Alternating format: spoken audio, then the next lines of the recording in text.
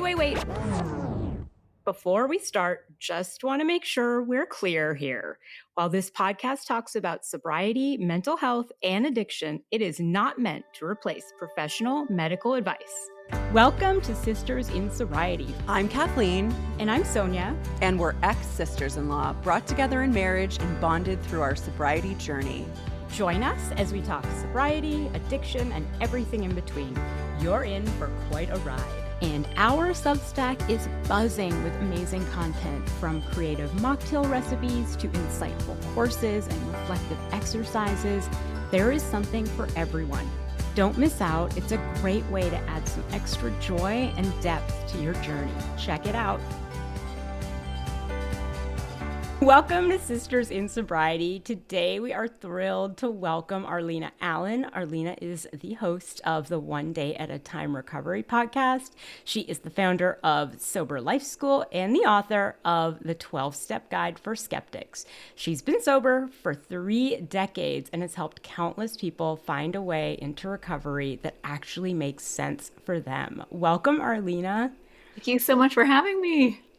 Thank you so much for being here. I'm so excited to talk to you. I love the 12-Step Guide for Skeptics. I love the idea. I love everything about it because I am a skeptic. So for so am I, to be honest. Yeah. So for people who may not know your backstory, can you share a little bit about what brought you into sobriety in the first place? Yeah, it was a total disaster. Yeah. I mean, the sort of Cliff Notes version of it was I started drinking really young. Like my parents are very nice, but there were, some things that happened when I was really young. I experienced some sexual abuse by a neighbor. My parents divorced when I was 7. The abuse started at 5. So by the time I was 7 years old, I had like a lot going on already. And the underlying message that I got, or that my little brain decided, is that there's something wrong with me and I needed to fix that. Like, I'm not good enough, not worthy. That was sort of like just low self-esteem. And I had my first drink at the age of 10. My mom had gone out on a date. My sister and I were home alone. And I decided it would be a good idea to drink some of that brown liquid in that dusty old bottle in the cabinet, because I didn't really ever see my parents drink. And I got to tell you, I remember that first drink like it was yesterday, the way it burned my lips, the way that burned all the way down. But what really struck me was then the warmth spread through my whole body, right? And I didn't actually realize how bad I felt until I felt really good. Like it was like all this self-loathing and self-hatred that I had for myself at such a young age, all of that was suddenly lifted, and I was just left with all these good euphoric feelings. And I think the juxtaposition of those two feelings, the relief that I felt from having ingested alcohol, was so profound that I was like, oh, this is the answer, right? And I didn't, I'm obviously not going to be a daily drinker at 10 years old, but by the time I was 14, I was drinking semi-regularly, like before school. I started smoking weed, and then it just escalated from there to the point where I was 25 years old. And I was always had like 3 jobs. I was always like super high functioning. But it was like this, I would have these I was like a binge drinker. So I didn't drink every day, but when I drank to blackout. Right. And I was that girl that was like the puker, right? Like I used to say that if I didn't have splash marks on my shoes, it wasn't a good time. Like I just turned everything into, I know it's not gross. Yes. Turn everything into a joke. But, by the time I was 25, I was drinking men twice my size under the table. I had a really high tolerance. I had very risky behavior. I was drunk driving. I was sleeping with married men. I was, doing all kinds of crazy stuff. And I just hated who I was. And through a series of events, I was working as a sales rep for a transportation company, and all my clients were these guys in like the shipping and receiving department. We'd go out to lunch and stuff. And 2 of my customers, Mitch and Randy, they didn't know each other, but neither of them drank, and they were both in the program. And I started asking questions, and, sharing stuff that was going on in my life. And they were breaking up little bits of wisdom from the 12-step program. They were like, well, if you keep doing what you're doing, you're going to keep getting what you're getting, and the definition of insanity is doing the same thing over and over again, expecting a different result. I was like, what? It was like, it was like mind blowing to me. And I think because I didn't like who I was, I wanted to be anybody else but me. They were like, come to these meetings and all you have to change is everything. I was like, sign me up. I was like, what are you talking about? Like, what? So I started going to these meetings, and then that was when I was 25 years old. I'm 56 now, 31 years later, I'm still practicing the principles and going to some of those meetings and being of service and doing the deal. And it's been a wild ride. I can't imagine what my life would have been like had I continued on that path. But it was just one of those things where I just crashed and burned early. That's all that happened. And I just wanted to be somebody else. So that kind of worked in my favor. So yeah, those little pearls of wisdom. My brother got sober way before me, and I remember him just like dropping these little like nuggets and being like, "Ah, that's amazing." But still, though, I will say when it came down to it, the version I saw from the program that he was working was not something I could connect with. So even when I got sober, I really held on to those little like nuggets, and he would still continue to drop them. And I would say so much of my sobriety is based on AA principles without having like a formal AA connection. So what motivated you, and I'm hoping it's someone like me, motivated you to write the 12-step guide for skeptics? And so, yeah, what was there a disconnect for you also? Well, so the funny thing is like when I got sober and I started going to meetings, they were saying stuff that I was like, absolutely not. Like they kept talking about God, and I was like, nope, me and God broke up a long time ago. Like I grew up in a religious household, and I was like, nope, we're not doing that anymore. Because I spent my entire childhood begging God to fix me, make me different, and I wasn't, and I just got hopeless, and I felt a sense of betrayal, Plus, I'm a feminist at heart, kind of, and there was like a lot of stuff that didn't. I was like, nope. Um, so I had a bit of a religious trauma, So when they were like talking about God, I was all, and this girl goes, oh. Like I shared it with her. I was like, this is what this is. I'm not going to be able to do it. And she was like, oh, that's not a thing. She's like, when they say God, they just mean like a higher power. Like two of us together is a higher power. Combined energy is a higher power than you alone. I was like, okay. She's like, just start with that. That's not a thing. Don't worry about it. But by the way, it's not religious, right? There is a difference between religion and spirituality. And I did not know that. And that was a really important distinction for me when I first got sober because I couldn't get behind the dogma. There was like the dogma of religion. This way is the only way. If you don't believe in this way, you're going to go to hell. It doesn't matter if you were born on the wrong side of the planet. Sorry. You know what I mean? So, but they were like, well, what is it? And she's like, here, this is what we're going to do. Make a list of all the things you would want God to be. And so I was like, okay, like energy, the spirit of love, all knowing, all powerful, loves me. I'm the favorite, obviously. You know Yeah. what I mean? Like that's my concept, father figure kind of was it was explained to me like someone said, oh, it's like Father God, Mother Earth. And I was like, okay, I could get behind that. Nature. Anyway, she's like, okay, now make a list on the other side of the things that you don't want it to be. And I was like, judgmental, condemning, all that stuff. She goes, okay, let me see your piece of paper. So I handed it to her. She tore it in half and she gave me the good side. She's like, just start with this. And I was like, that's it. She's like, that's it. And I was like, okay, hurdle accomplished. And she's like, the basic thing. It's take what you like, leave the rest. Yeah. And I met people who were able to explain things that made sense to me. And so I was like, okay, good. So I am a skeptic. And so I was confronted with these ideas of what does an alcoholic mean? What do you mean I'm powerless? I'm not powerless. I said, I have like 3 jobs. I'm making money. I'm So, powerless. And she'd go, oh, no, no, no, over alcohol. And I'd be like, oh, oh. Do you know what I mean? It's like I kept getting, I was like offended and confronted by ideas that challenged my belief system, right? And I would get defensive and offended. And then I heard this thing, but Gloria Steinem was famous for saying, the truth will set you free, but first it will piss you off. And so I was like, okay, noted. So when I'm pissed off about something, that is my cue to lean in, right? And so, right? So when you lean in and you start questioning assumptions, you'll dig a little deeper. It's like, well, what does this really mean? And can we redefine some of the words that we were using, like the word alcoholic?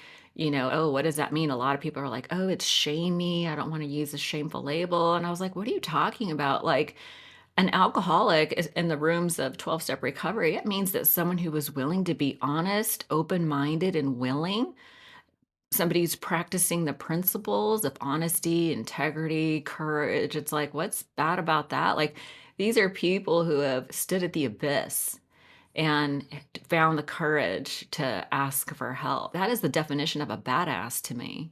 Like, most people are not willing to do that. Most people are not willing to truly confront themselves and with that honest self-examination. So to me, it's I learned to redefine certain words so that it empowers me, right? I hear a lot of complaints like, oh, it feels so disempowering.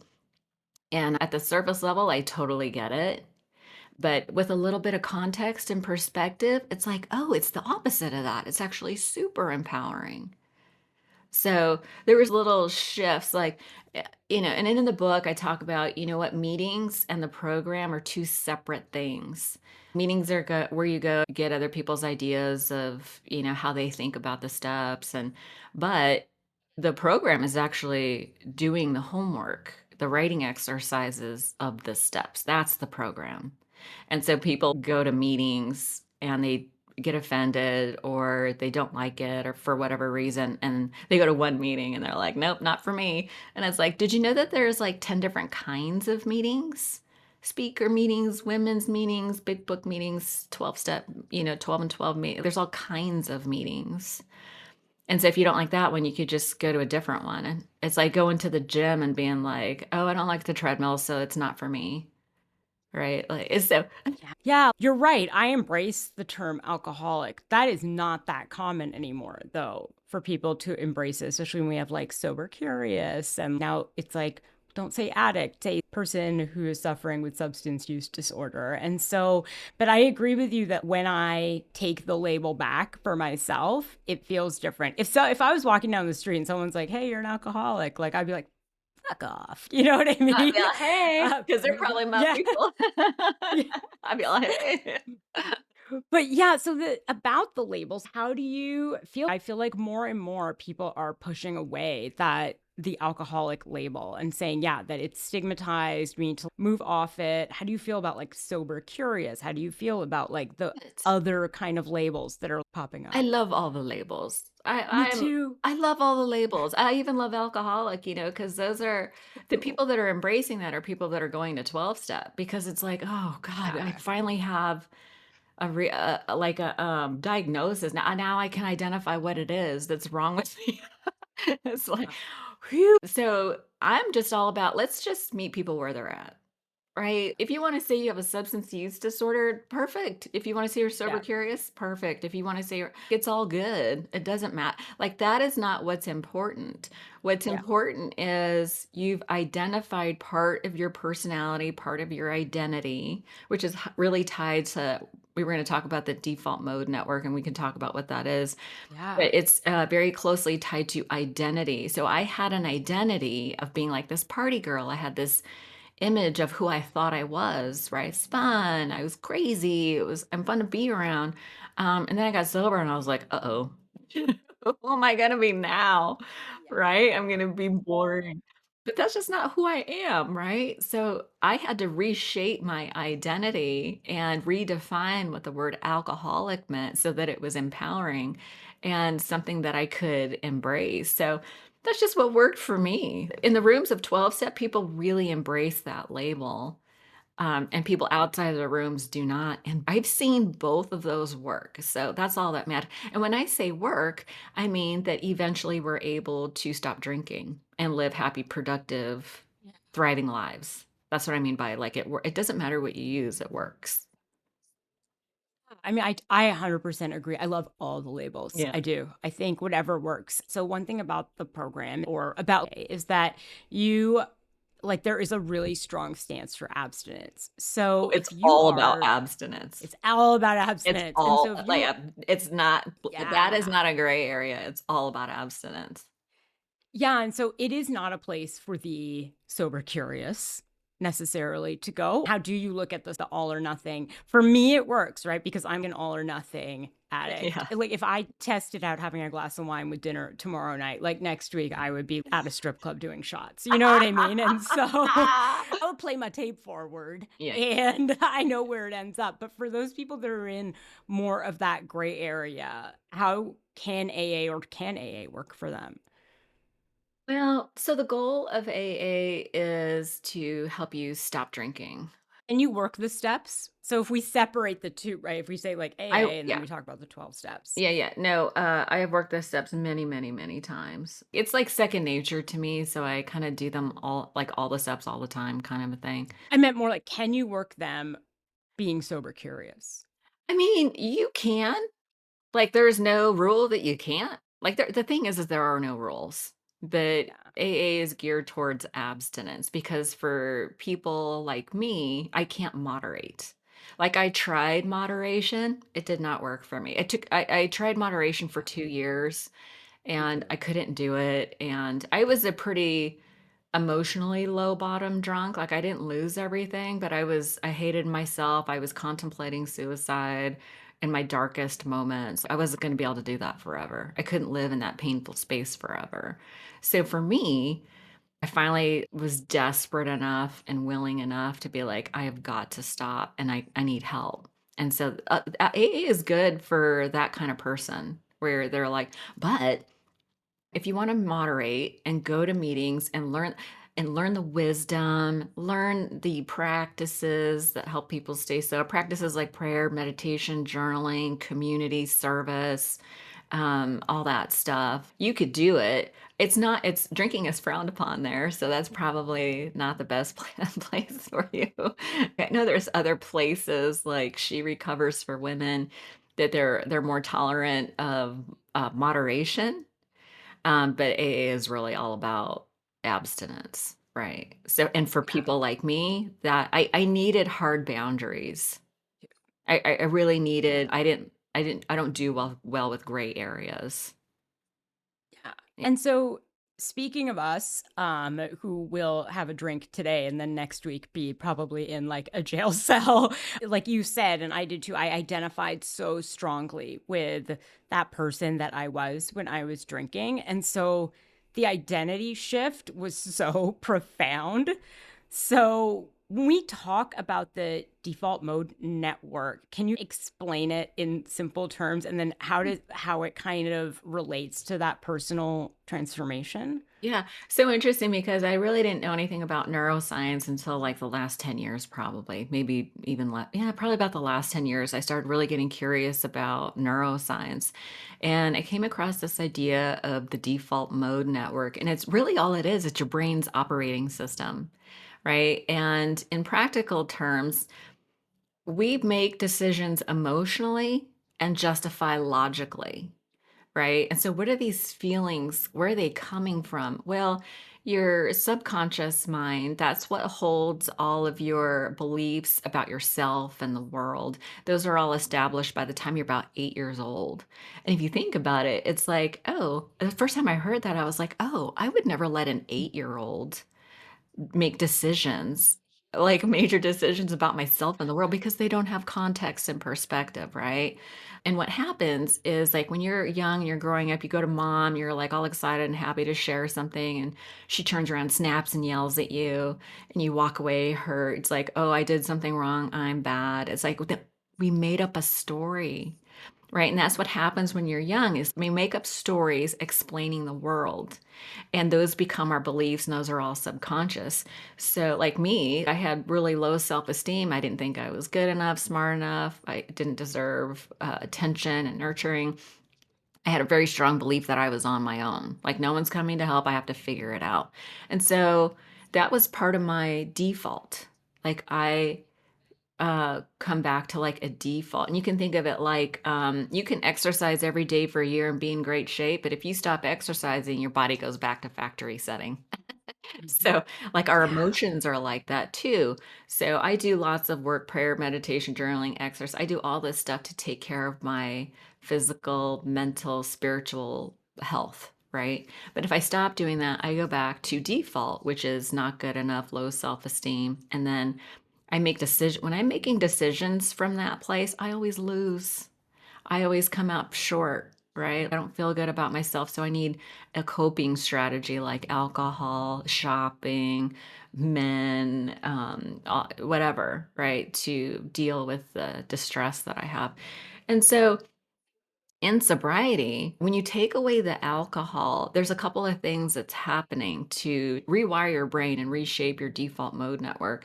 The first thing is when you remove alcohol, alcohol is one of those things that increases your baseline of cortisol when you're not drinking, meaning you can drink. If I drank last night, then today when I'm not drinking, my baseline of cortisol is going to be higher. Cortisol is the stress hormone. So I'm anxious, I'm edgy, I'm not the loving, kind person that I want to be. By the end of the day, I'm like super stressed out. And I'm going to want to reach for something that's going to relieve that, which would be alcohol. And then it starts this vicious cycle, and that's reinforcing that. And then I wake up at 3 o'clock in the morning. Well, what's interesting about neuroplasticity, which is the ability to learn, basically, it happens at night when you're sleeping. When you're in deep REM sleep, that's when your brain goes through this process of connection and pruning. So, you've heard that saying, the thoughts that fire together wire together, neurons that fire together wire together. So, if Yeah. you keep having the same thoughts over and over again, you're strengthening those bonds. But let's say you learn something during the day and you get these little bits of wisdom and you're like, oh, that's amazing. When you go to sleep at night, if your sleep is disrupted, those lessons are not sinking in because your brain is not able to literally strengthen the connections, right? Your brain will prune the connections that are not being used. But if you're constantly anxious and having these negative repeating thoughts, what you think about, you bring about. It's just a negative cycle. So removing alcohol and starting to feed your brain good things, taking different action, exercise, like all the somatic things, that is what starts to reprogram your brain. And the default mode network is very closely tied to identity. So when you're getting sober, you're actually developing. Your true self is emerging. I always feel like recovery is about recovering your whole self, like the good parts and the bad, but with compassion and love for yourself, right? That's when it all works together, right? Your brain really needs a period of time of healing, is really what that is. You go back to homeostasis where you're in balance. But when you're drinking and you're behaving bad, you're not being the person you want to be, you start to feel bad about who you are, and it just becomes this default, right? And we just keep having these same behavior patterns and these same cycles over and over again. So sobriety is really about taking different action, invoking the law of cause and effect so that you get a different result. So, do we all have, is there a universal default, or do we all have a different like default mode? So, how does that work? Like, are we going in and messing it up by drinking? For And sure. there's a, okay. So, yeah, do we all have our own default? That is what we're working That's from. such a good question because it really opens the door to this discussion of, like, there was a book, Dr. Bruce Perry, he did hundreds of brain scans on children. And the title of the book is What Happened to You, which is a slight do you know this book? It's a slight reframe on what's wrong with you. Yes, it blew my mind. It concerns me how many people told me I needed to read it. when it came out, because it was like with Oprah, Yeah, right? yeah, yeah, And yeah. so when people were like, you got to read this book, I was like, what Yeah. happened? What's wrong with me? But it was, yeah, it was shocking. Yeah, I would love Well, it it's if you not would what's wrong tell with us you, more about it. it's what What happened to happened you. to you? Because our Yeah. experience, so to answer your question directly, the default mode network is Yeah. unique to everybody because we all have unique experiences. But we all kind of have the same experiences. We have things that happen to us, stressful events. Some people have worse experiences. I'm talking like there's severe physical abuse, sexual Yeah. abuse, witnessing a traumatic experience, like murder, car accident, like that's like had big T trauma, right? That will actually Yes. change the way your brain develops, the neural Yeah. connections, right? And so yes, we all have a unique. However, they all sort of boil down to core wounds, which is not good enough. I'm not safe. I don't deserve love. Those are all the common outcomes. So we are the circumstances are unique, but the results are kind of the same, which lead to things like alcohol and drug addiction, or love addiction, or shopping addiction, or porn addiction, or but these are all coping strategies to deal with the trauma we experience growing up. And it could be little t trauma too, like the example I gave of mom snapping at the kid and the kid walking away. But what that does, it's like death by a million cuts. Like that happens over and over and over and over again. Then we start believing that we're not good enough, that we're bad. And then how we make decisions from that place. Like we don't go for the job, we choose bad partners, and then so it shows up in different areas. So it's not just drugs and alcohol, it could be food, could be bad relationships. It tends to show up on the outside. What's happening on the outside is 100% reflective of what's going on the inside. And so if you're holding these beliefs of I'm not good enough, then your outside will definitely reflect that. And it can be kind of tricky because somebody like me who's like, I don't feel good enough on the inside, let me overachieve. Yeah. So you get the stuff. And so it looks like everything's fine, but on the inside, I'm dying. Right. And for me, it showed up in relationships. Like I had terrible relationships. I kept picking men that were like emotionally unavailable.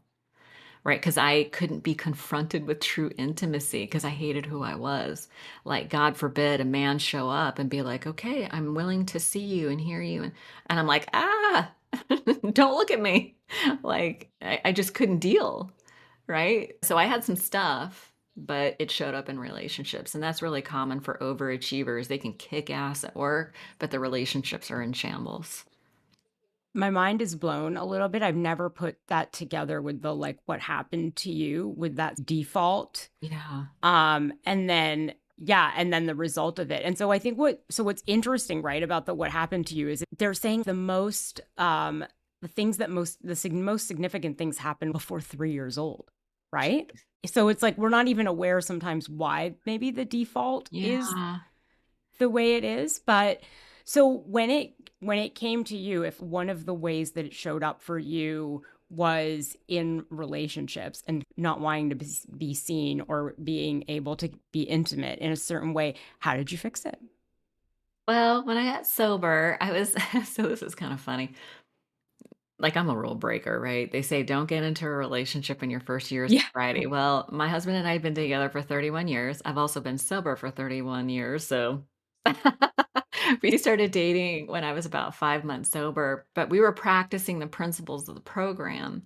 And I feel like that's why we stayed together all this time because we would do something. And this is my case for everybody should do the steps because it's a writing exercise to deconstruct like your negative beliefs, your hidden negative beliefs that you can't identify. Like this is a very practical, pragmatic writing exercise that deconstructs all that. And one of the steps, step 4, is a searching and fearless moral inventory of ourselves, right? So I had a sponsor and I'd go to her and I'd get in a fight with my husband, Bob. And I'd be like, Bob, we did this and we did that. And she'd be like, well, I don't sponsor him. I was like, "What, bitch?" I wanted her to just co-sign all my I wanted her to validate my anger, and she wasn't going to do that. She's like, well, let's just break it down. What specifically are you resentful at? Like, what did he do? What was it, the specific thing? And so we get really specific about the thing because it wasn't like he did this and that, and this and that. She was like, no, no, no. What specifically was it? And then how were you affected? My self-esteem, my emotional security, financial security. I'm going to give you a little scenario. We went to a restaurant with another couple who had a lot of money. We were broke at the time, and the two guys thought it would be fun to give the waitress a big tip. I think they were just kind of flexing a little bit, whatever.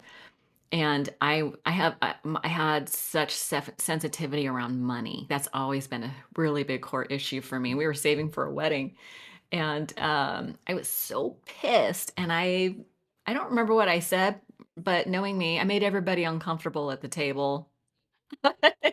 Like, what are you doing? Anyway, I was really pissed at him for trying to show off in front of this guy or whatever. And so when I went to Julie and was complaining about this, and she was like, well, what specifically was it? And I was like, well, he spent all this money. And she's like, how were you affected? It affected my financial security, my emotional security, because I had all these dreams about the wedding. If he's going to be frivolous like that, blah, blah, blah, blah.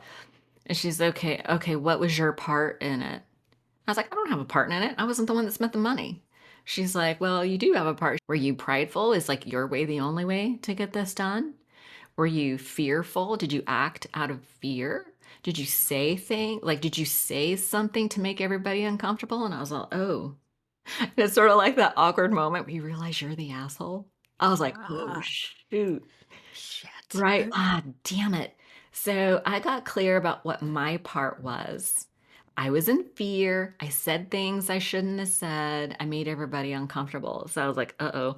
So part of that step 9. So that was like I recognized what my character defect was. I was prideful. I was feeling like everybody should act the way, or he should act the way think he should act. Like he gets to live his own life, right? He's a grown ass man. But I was thinking he should behave the way I think he should behave, right? And so there was no humility there. So I got really clear. And then so she's like, okay, I got clear on what they call character defects, which a lot of people don't like to hear, but we can just think of them as like shortcomings, or everybody has mistakes they made. And I was being, and the thing is that instincts out of balance to the extreme are what is called a character defect. That's all that is. Right. And we've all been there, Instincts. out of Yeah, it's balance. funny. That is one of the like one part of the language that is hard for me too, like defects of character and like moral Like, failing. Yeah, not but wait, watch so our actually, if we girls. could just pause and you could explain it, that would be great. Yeah, yeah, so there's character assets and character defects, and we typically focus on defects more because that's what causes us problems. Like my pridefulness out of balance turned into control. Like I was controlling out of a place of fear that I wasn't going to get what I want, or that I was going to lose something that I had. I was afraid I was going to lose the money, wasn't going to get the wedding that I wanted, right? So I was asserting control. And so that's where it became out of balance, and I became like upset, like I was angry. And like anger is considered a character defect. It's actually a natural feeling, but when it turns into rage and control and becomes abusive, that's when it's a character defect. It's nothing personal. Like we all have that. It's just a personality trait. I need to identify, like, see, this is the part of the, like they say that we get sober through how. This is how we get sober: honesty, open-mindedness, and willingness. So I had to be honest with myself. This is where the truth sets you free, but first it will piss you off. I was like, we have to humble ourselves a little bit and see things as they are. I did say something that was hurtful. I was controlling. I was afraid as well. And so I had a sponsor that gave me a lot of compassion. She's like, oh, honey, you were afraid. And this is why your character was out of balance. You became prideful and angry because you were afraid. But and it's getting down to root causes and conditions. And so she and because once you acknowledge, like, oh my gosh, I was such a jerk, I would instantly go into like a shame spiral. And she's like, no, no, no, no, we're not doing that. You're a human being. You have these fears that up until now you had no way of resolving to resolution, no real practical way of dealing with. So we're gonna deal with all that. But let's just take responsibility for our behavior, right? And acknowledge that I was prideful and angry. That's a character defect. Those are character defects, right? She also explained that I had character assets, right? I also had all these loving character traits, and she would always remind me of that too, to counterbalance. But yeah, it is not palatable to be like, yeah, I have character defects. But girl, who doesn't? We are human, Yeah. right? And so I just had this thing of perfectionism, which came from my low self esteem. I was overcompensating with perfectionism. So no wonder I was offended by this idea of character defects. Like, you're telling me I'm defective?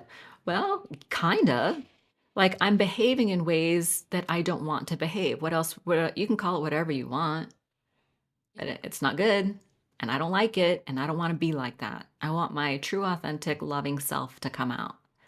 But I also need to have compassion for my angry, prideful self too, because that's also human, right? Like recovery is about recovering your whole self, the good parts and the bad. We have to love ourselves well. You can't hate yourself well. You have to love yourself well. So I started identifying what parts of me needed compassion.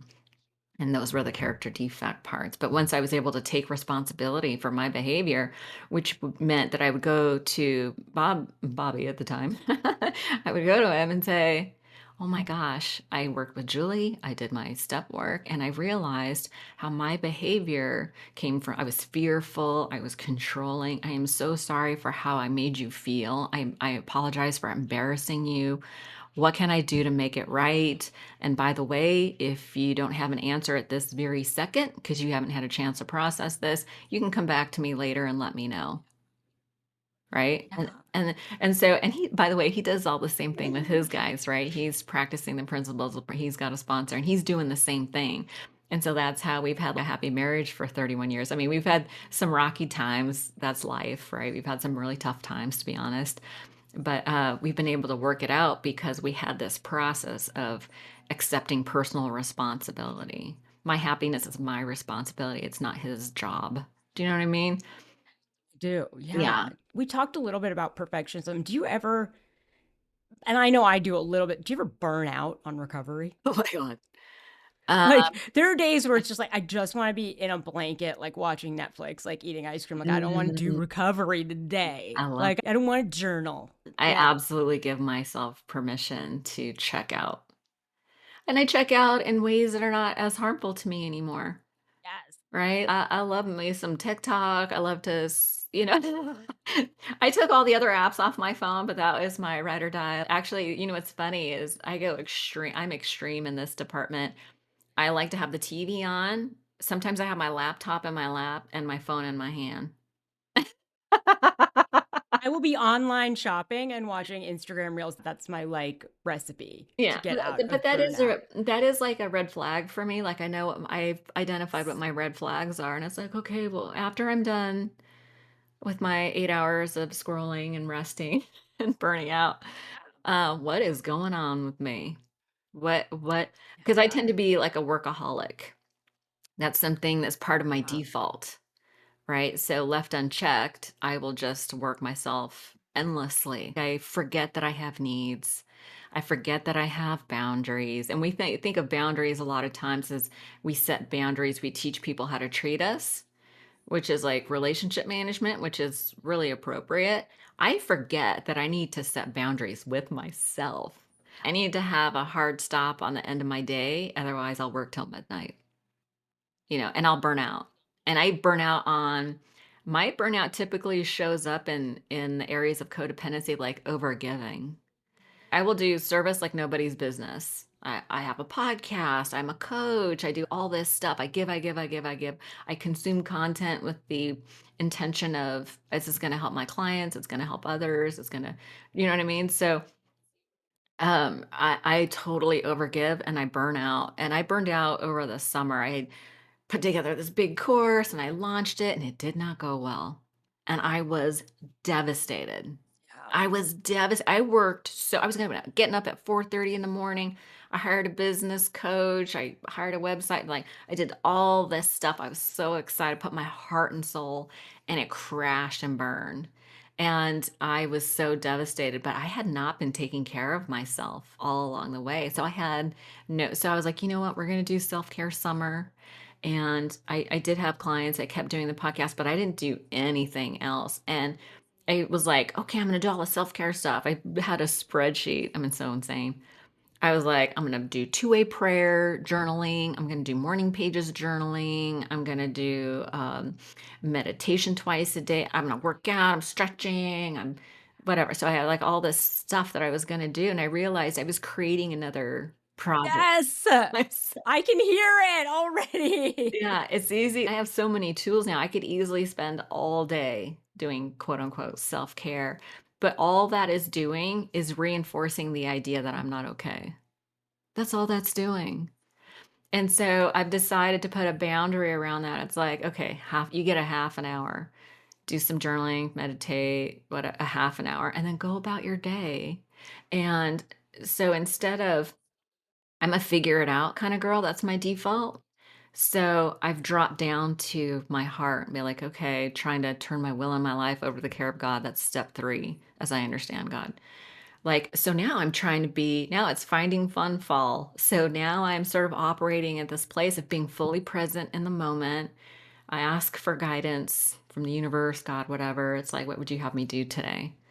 And I'm trying to operate from a place of what brings me joy, right? To be honest, I love being in service. I love sharing. I love talking, Mhm. obviously, podcast host, Okay. right? I love being in service, but I have boundaries around it so I can go the distance, right? So I'm coming out of my burnout mode and I'm feeling better about myself and what I do and my worth and all that. But it's a struggle. Even though that I've been sober a long time, I still have my same default. And if I'm not careful, I can easily fall into the trap and deceive myself, thinking I rationalize and justify my workaholic behavior that will lead me to a very dark place. And I can still do that. Just because I'm sober doesn't mean my life is Yeah. perfect.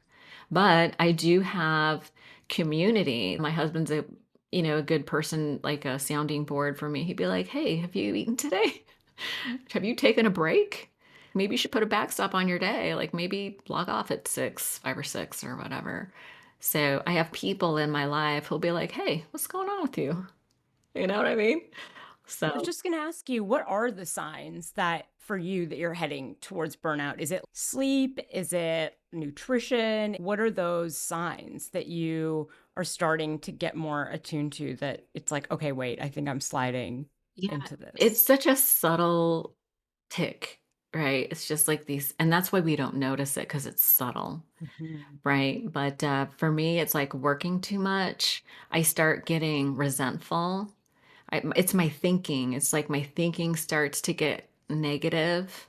Typically, I start feeling bad about myself, right? I'm not smart enough. I'm not talented enough. I'm just not enough. And that is old, old, old programming from I was 5 years old, right? That's my default. And so self boundaries are really important for me, but it does show up in it shows up in some sort of resentment or jealousy and envy. Nobody likes to talk about that, but I get jealous and envious. And I feel like jealousy is closely tied to like love or something like that. So I don't have that, but Like a romantic thing. romantic. Yeah, yeah, Thank you. yeah. Yeah, that's what I meant. But envy, I get really envious of other people's success and resentful. It's like, where's I get into this mode of like entitlement. Like, where's mine? I'm not, and then it's like, I'm not good enough. That's why it's my fault. I'm not good. Do you know what I mean? So like that's like Yes. What do you mean? That's like yeah, this is my life's work is to figure that out. yeah, that's how it starts to show up. And we can laugh about it now. Like, see, this is what recovery is about. Like, I tell you that I'm envious and envious of other women's success, which is like Yeah. super shamey and and Yeah. embarrassing and whatever. I actually don't feel ashamed and embarrassed, but because that's here it is, like that's me. I get like entitled, like I've been sober for 31 years. How come no one's listening to me?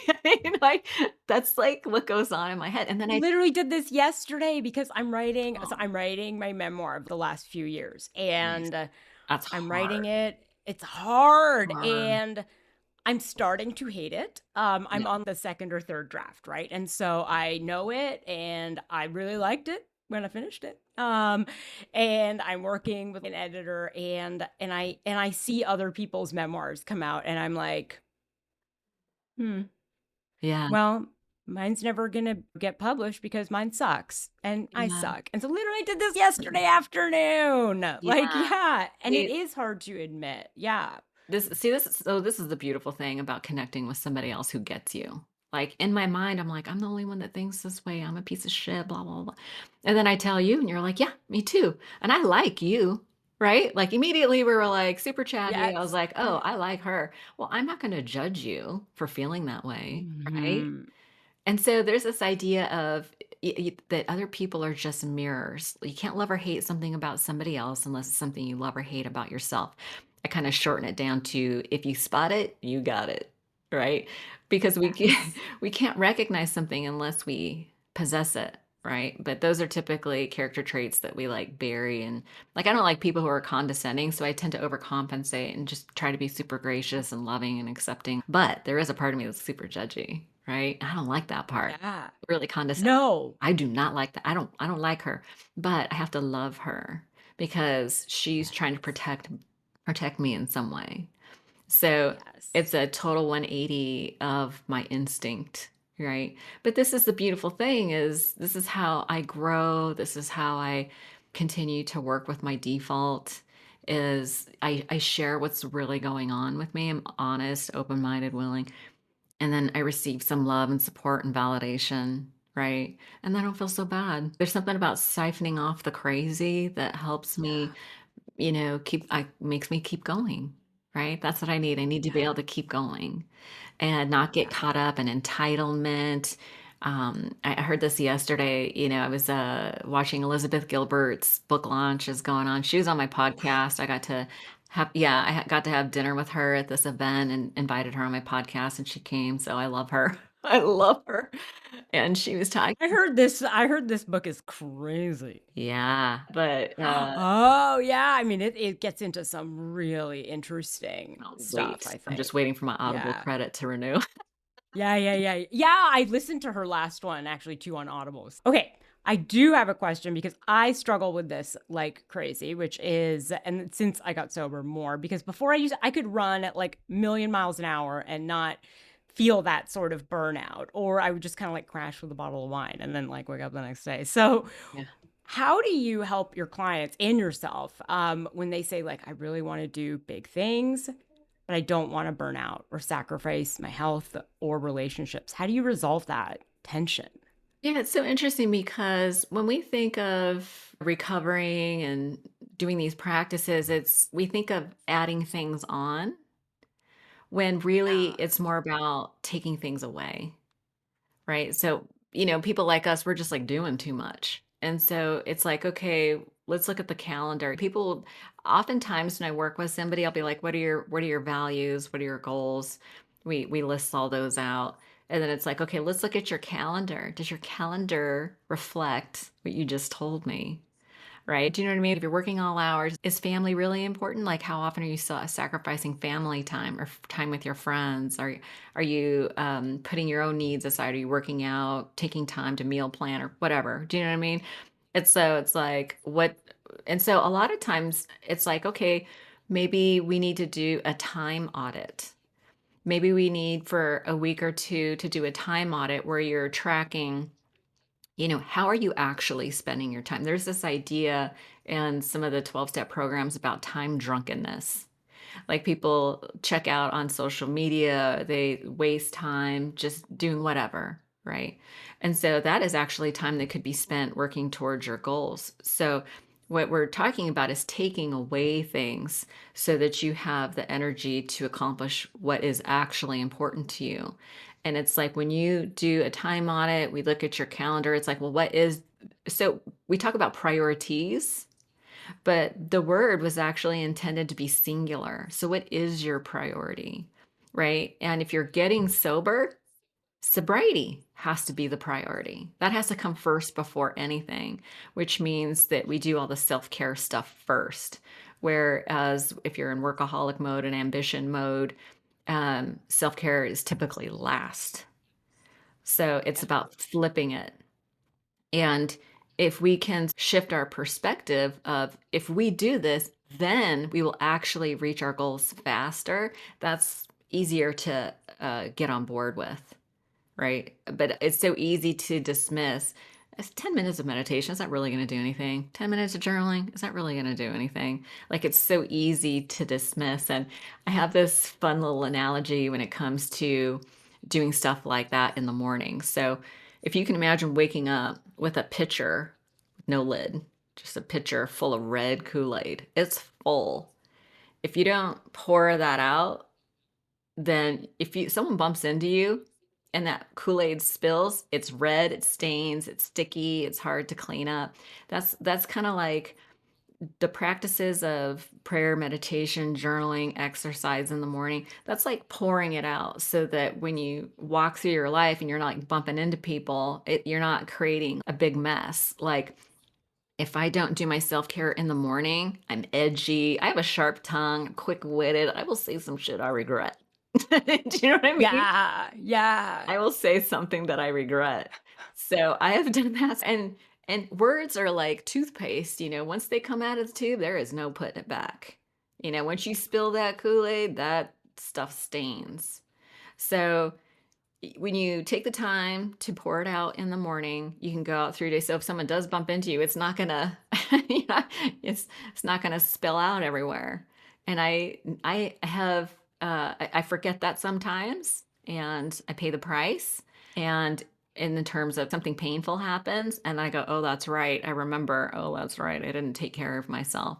And I go back to, but it doesn't, like something bad doesn't happen every time, right? That's like drinking. It's like, Yeah. is your drinking a problem? It's like, well, not Yeah. every time, but every time something bad happened, I had been drinking. You know Yes. what I mean? So we just sort of take those lessons and apply it to life. So you can be ambitious, you can focus and accomplish a lot, but you don't have to do it at the price of self-sacrifice, and really that's self-betrayal, right? So my girlfriends and I have this saying, do not betray her. We have that little girl inside who wants love, acceptance, we call it lava, love, attention, validation, and acceptance. My little girl wants some lava. And when I don't take care of myself and I behave badly, like it's hard for me to give that love and attention and validation to myself. I knew better. I've been sober a long time. I shouldn't be making these mistakes still. But that's not how it works, right? It's like I'm human. I'm going to forget, you know. So I love that. I love the lava. That's going to stick with me. that is good. Yeah, I love that.